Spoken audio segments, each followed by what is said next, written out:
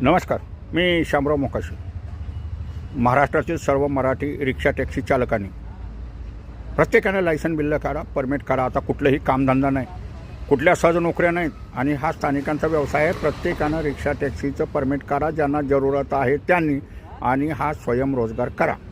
मीटरनं व्यवसाय करा. मीटरनं व्यवसाय करायचा असतो. शासन भाडं ठरवून देतं, हे मात्र कोणी विसरू नका.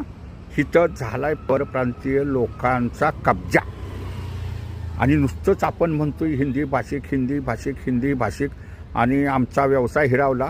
आता प्रत्येकानं रिक्षा टॅक्सीचं मराठी लोकांनी परमिट काढायचं आहे. टॅक्सीचं 4 सीटचं काढा, 6 सीटचं काढा, फुल कॅबचं काढा, पण परमिट काढा आणि स्वयंरोजगार करा. शासन भाडं ठरवून देतं. कल्याणकारी मंडळातून सुद्धा तुम्हाला न्याय मिळणार आहे, हे मात्र विसरू नका. प्रत्येक मराठी सुशिक्षित बेरोजगारांनी कामधंदा लागेपर्यंत प्रथम लायसन बिल्ले काढा. RTOला सगळे मिळतात लायसन बिल्ले, काही बंद नाही. खाली हे गुरु लोकांची ते बोंबाई रिक्षा वाढलेत, वाढून द्यात, काय वाढायचे ती किती बी रिक्षा वाढून द्यात. हा व्यवसाय स्थानिकांचा आहे, हे मात्र लक्षात ठेवायचं आहे. कुठं कामधंदा नाहीत आणि हा सहज तुम्हाला व्यवसाय करता येतो.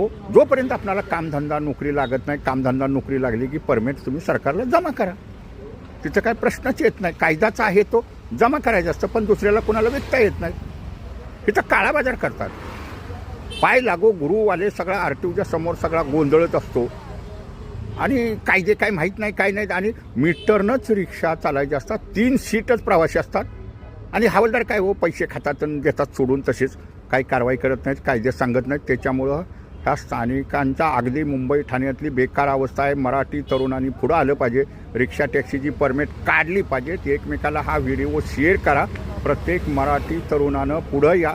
रिक्षा टॅक्सीचं परमिट तुम्ही काढा, स्वयंरोजगार करा. आपलाच हक्काचा स्थानिकांचा व्यवसाय आहे, हे कुणीही विसरू नका.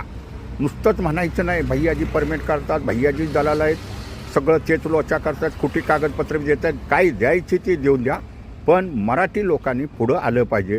हे खाली ह्यांचीच लोक बोंबाबोंब करतात हो, की आता रिक्षाचा काही धंदा होत नाही. तो ओला खोला बी बेकायदेशीरच आहे, ती ऑनलाईनची ॲप बी बेकायदेशीर आहेत. येथील कायद्यानं कक्षेत. पण मराठी तरुणांना माझी एवढीच विनंती आहे, मुंबई ठाण्यातील वसई विरारच्या सर्व मराठी तरुणांनी कामधंदा नोकरी लागेपर्यंत रिक्षा टॅक्सीचं लायसन बिल्लं काढा. तुम्ही टॅक्सीचं परमिट काढा, रिक्षाचं परमिट काढा आणि मीटरनं व्यवसाय करा. धन्यवाद. हा व्हिडिओ शेअर करा. धन्यवाद.